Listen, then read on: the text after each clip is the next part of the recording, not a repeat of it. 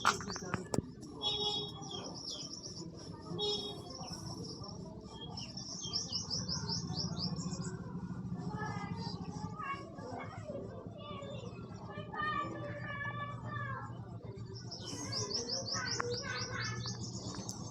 Morning friends, आप सभी को मेरा प्रणाम, नमस्कार, जय श्री राम।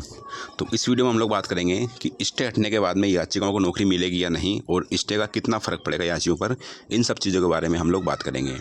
आगे बढ़ने से पहले आपको बता दूं कि आपकी सुविधा के लिए मैंने एक टेलीग्राम ग्रुप बना रखा है जिसमें रीट लेवल 1 और 2 के जो कोर्ट में केस पेंडिंग है उनकी सारी इन्फॉर्मेशन आपको मिलेगी। और सबसे पहले आपको इन्फॉर्मेशन मिलेगी कि सुनवाई में क्या हो रहा है और आपके सब्जेक्ट को या आपके लेवल को लेकर के कोर्ट में क्या चल रहा है, ये सारी डिटेल्स आपको मिलेगी। साथ ही राजस्थान में जितनी भी वैकेंसियाँ उनकी अपडेट और राजस्थान की सारी करंट अफेयर आपको मिलेगी।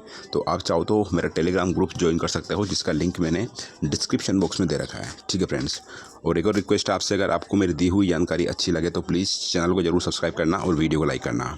हम बढ़ते हैं आगे। पहला क्वेश्चन ये है, लोग कमेंट कर रहे हैं, कॉल कर रहे हैं कि स्टे हटने के बाद में याचिकाओं को जिन लोगों ने याचिका दायर करी है, मतलब जो पिटिशनर है सिंगल बेंच में, उनको नौकरी मिलेगी या नहीं। अगर डीबी से स्टे हट जाता है तो इसके बाद में क्या होगा कि जिनकी ज्वाइनिंग पेंडिंग है इनकी ज्वाइनिंग हो जाएगी और उसके बाद में नंबर ऑफ़ वैकेंसी जो वैकेंट है, यानी कि फिर एक भी वैकेंसी खाली नहीं रहेगी। कहने का मतलब ये है कि अगर स्टे हटता है तो याचिकाकर्ताओं पर क्या फ़र्क पड़ेगा, उनको नौकरी मिलेगी या नहीं, इसके बारे में हम लोग बात करेंगे। तो मैं बता दूं कि अगर जिन लोगों ने कोर्ट में याचिका दायर कर रखी है, अगर ये लोग केस जीतते हैं, ठीक है, केस जीतेंगे मतलब कि जो 7 से 8 प्रश्न में अगर इनके नंबर मिलते हैं, मैं पूरे 22 प्रश्न की तो बात नहीं करता कि पूरे 22 प्रश्नों के नंबर मिलेंगे आपको, लेकिन संभावना ये है कि 7 से 8 प्रश्न के नंबर आपको मिल सकते हैं, इसकी संभावना है। ठीक है, संभावना मैं इसलिए बता रहा हूँ क्योंकि फैसला क्या रहेगा इसके बारे में किसी को पता नहीं है, बट एक पॉसिबिलिटी है कि 7 से 8 क्वेश्चन के नंबर आपको मिल सकते हैं। ठीक है, तो कहने का मीनिंग ये, अगर ये याचिकाकर्ता केस जीतते हैं, इनके 7 से 8 क्वेश्चन के नंबर इनको मिलते हैं, तो इस कंडीशन में इनको नौकरी मिलेगी या नहीं, क्योंकि स्टे अगर हट जाता है तो इसके बारे में हम लोग बात करेंगे। ठीक है, पहली बात ही, अगर ऐसा होता है तो माननीय न्यायालय का जो फैसला रहेगा वो ये रहेगा कि जिन लोगों ने कोर्ट में याचिका दायर करी है और अगर वो लोग जीतते हैं केस, तो उस कंडीशन में फैसला ये आएगा कि जिन लोगों ने याचिका कोर्ट में दायर कर रखी है उनकी रिवाइज्ड मेरिट लिस्ट, यानी कि उनका रिवाइज रिजल्ट जारी किया जाए। मतलब दोबारा से उन लोगों का रिजल्ट आएगा और अगर वो लोग मेरिट में आते हैं तो उस कंडीशन में उनको ज्वाइनिंग दो आप। ये माननीय न्यायालय का फैसला आएगा सिंगल बेंच में, अगर 7 से 8 प्रश्नों को लेकर के उनको अंक मिलते हैं तो। ठीक है, अब चूँकि स्टे हट चुका होगा और सीटें खाली बची नहीं होगी तो उनको ज्वाइनिंग कैसे मिलेगी। तो बता दूं कि इस कंडीशन में ये होता है कि एक शेडो पोस्ट नाम सुना होगा आपने, है ना। शेडो पोस्ट क्रिएट होने की पूरी संभावना है। ठीक है, शेडो पोस्ट मतलब जो लोग कोर्ट में केस जीतेंगे हैं तो उनके लिए एक सेपरेटली ही, अलग से ही उनके लिए शेडो पोस्ट जारी की जाएगी और उन पर उनको नियुक्ति मिलेगी। ठीक है, तो जो भी लोग कमेंट कर रहे हैं कि हमारा क्या होगा केस अगर स्टे हट गया, तो आपका जवाब यही है मेरे को कि अगर आप केस जीतते हो, आप मेरिट लिस्ट में आते हो, तो मैं आपको इस बात की मैं गारंटी देता हूँ कि आपकी नौकरी कोई नहीं छीन सकता। हालांकि टाइम लग सकता है, इस बात की संभावना है, लेकिन अगर स्टे हटने के बाद में आप केस जीतते हो लेवल 1 का और आप मेरिट लिस्ट में आते हो तो आपकी नौकरी 100% लगेगी। कोई भी आपकी नौकरी आपसे नहीं छीन सकता। तो स्टे को लेकर के आपको परेशान नहीं होना है। बहुत सी कंडीशन में क्या होता है कि कोर्ट जो माननीय न्यायालय बोलता है तो सीटें बढ़ानी पड़ती हैं। तो शेडो पोस्ट जो एक वर्ड है, ये आपने सुना होगा। शेडो पोस्ट स्पेशली इसलिए दिया जाता है, इसलिए इसको बनाया गया है कि अगर कोई कोर्ट में केस पेंडिंग है, उसके बाद में उसका आउटकम जो आता है वो अगर जो याचिकाकर्ता वो जीतते तो उनके लिए है। तो आप अगर केस जीतोगे सिंगल बेंच में तो आपके लिए डेफिनेटली ये चीज़ होगी कि आपके लिए शेडो पोस्ट अधीनस्थ बोर्ड या राज्य सरकार क्रिएट करेंगी और उस पर आपको ज्वाइनिंग देगी। क्योंकि कंडीशन ये है कि अगर आप मेरिट लिस्ट में आओ तो इसका मतलब ये है कि आपने भी मेहनत करी है, तो आपके साथ में माननीय न्यायालय अन्याय नहीं होने देगा। तो उस कंडीशन में आपको डेफिनेटली ज्वाइनिंग मिलेगी अगर आप केस जीतते हो तो। स्टे का कितना फ़र्क पड़ेगा याचिकाओं पर, याचिकाकर्ताओं पर, तो बता दूं कि स्टे का याचिकाकर्ताओं पर ना तो पहले कोई फ़र्क पड़ता और ना ही अब पड़ेगा। स्टे आने से जो सारी की सारी हेडेक है वो सरकार के ऊपर और अधीनस्थ बोर्ड के ऊपर है। और सबसे ज़्यादा जो प्रॉब्लम का फेस कर रहे हैं वो कर रहे हैं जिनकी ज्वाइनिंग पेंडिंग है, यानी कि जिनकी अभी ज्वाइनिंग पेंडिंग है उनके ऊपर ये स्टे एक तरह से बहुत बड़ा काल बनकर टूटा है।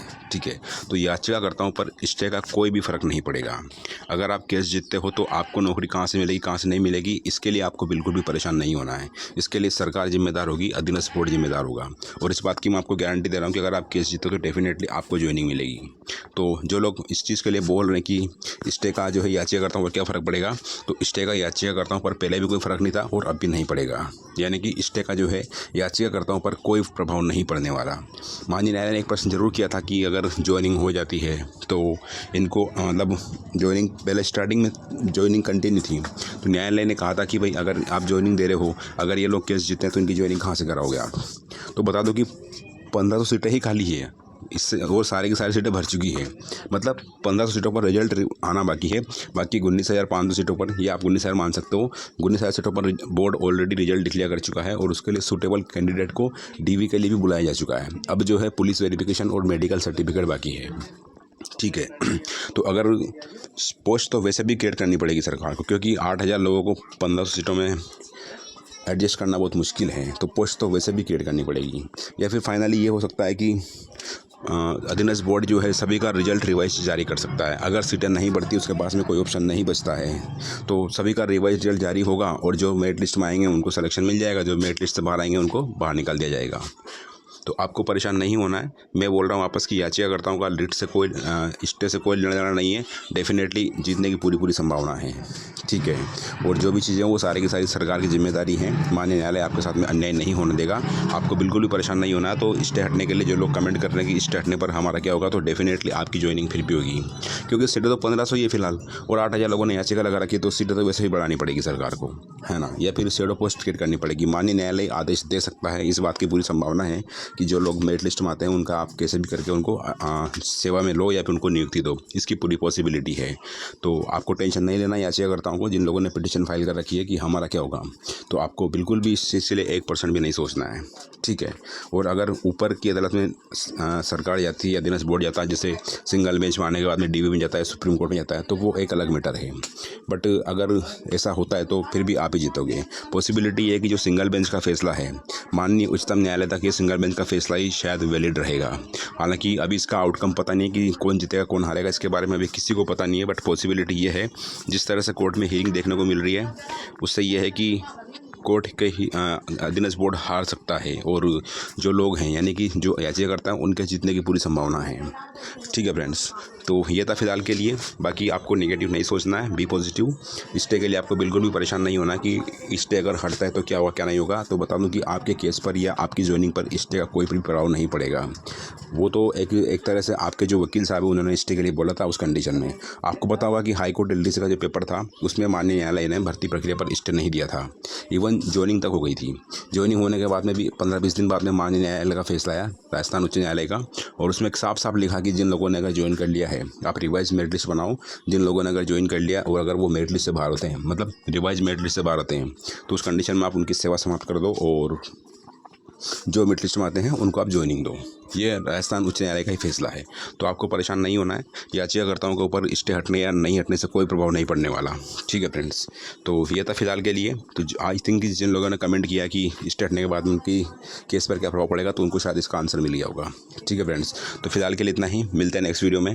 आपसे रिक्वेस्ट है मेरी, अगर आपको मेरी दी हुई जानकारी अच्छी लगे तो प्लीज़ चैनल को जरूर सब्सक्राइब करना और वीडियो को लाइक करना। वीडियो वॉच करने के लिए थैंक्स। और आप चाहो तो मेरा टेलीग्राम ग्रुप ज्वाइन कर सकते हो, लिंक मैंने डिस्क्रिप्शन बॉक्स में दे रखा है आपकी सुविधा के लिए। ठीक है फ्रेंड्स, मिलते हैं नेक्स्ट वीडियो में। Have a great day and all the very very best and God bless you all. Again thanks for watching the video.